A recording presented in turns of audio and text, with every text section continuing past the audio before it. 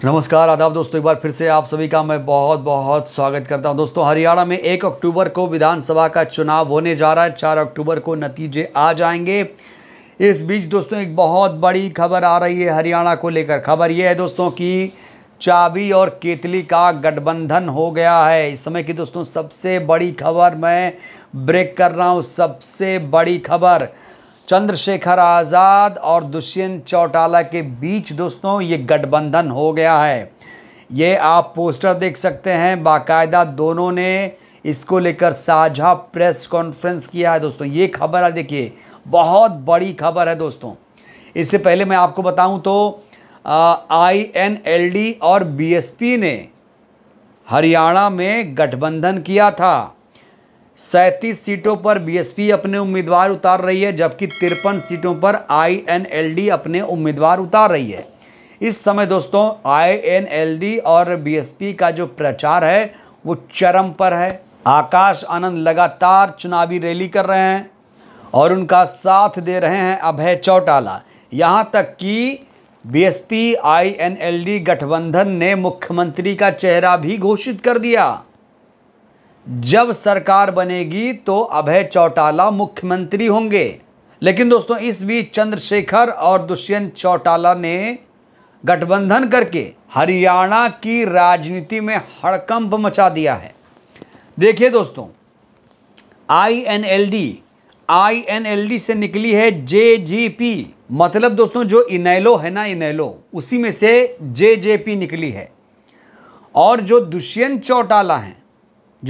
चौटाला हैं वो ओम प्रकाश चौटाला के पोते हैं। ओम प्रकाश चौटाला के 2 बेटे काफ़ी सक्रिय हैं राजनीति में, एक तो अभय चौटाला जी, एक तो अजय चौटाला जी। अब जो अजय चौटाला जी हैं वो JGP का हिस्सा हैं और जो अभय चौटाला हैं वो INLD का हिस्सा हैं। अब ASP की बात करेंगे। जैसे INLD से JJP निकली, वैसे ही दोस्तों समझिए कि बसपा से निकली है ASP। हालांकि चंद्रशेखर कभी बसपा में उस तरह से नहीं रहे सक्रिय रूप से, लेकिन उनकी जो राजनीति है भाई, आपका भी भाई BSP का झंडा भी नीला है, इनका झंडा भी नीला है। इनके मंच भी मायावती जी की तरह सजते हैं, ये भी मायावती जी के नक्शे कदम पर चलने की कोशिश करते हैं।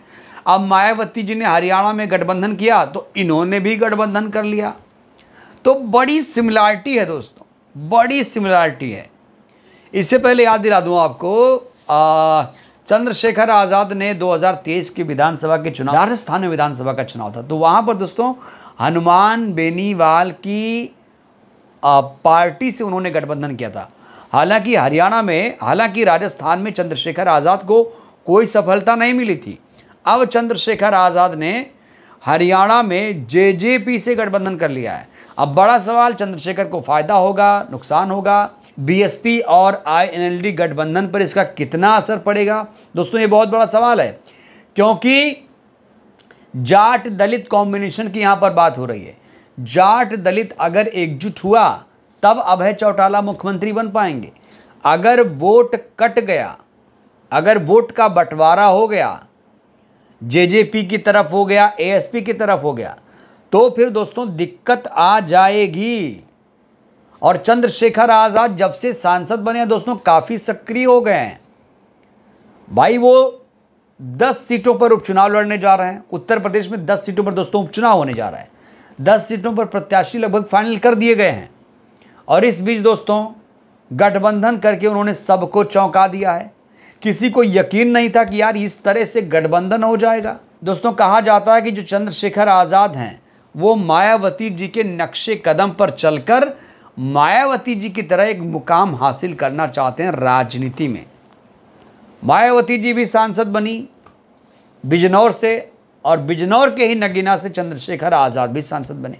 हाल ही में दोस्तों BJP के MLA ने मायावती जी के ऊपर टिप्पणी की आपत्तिजनक, तो चंद्रशेखर आज़ाद ने उसको जवाब दिया, करारा जवाब दिया। कहा ऐसे विधायक को हम जूते से पीटेंगे।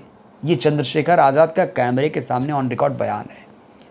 जानते हैं चंद्रशेखर आज़ाद बहन जी की तारीफ क्यों करते हैं?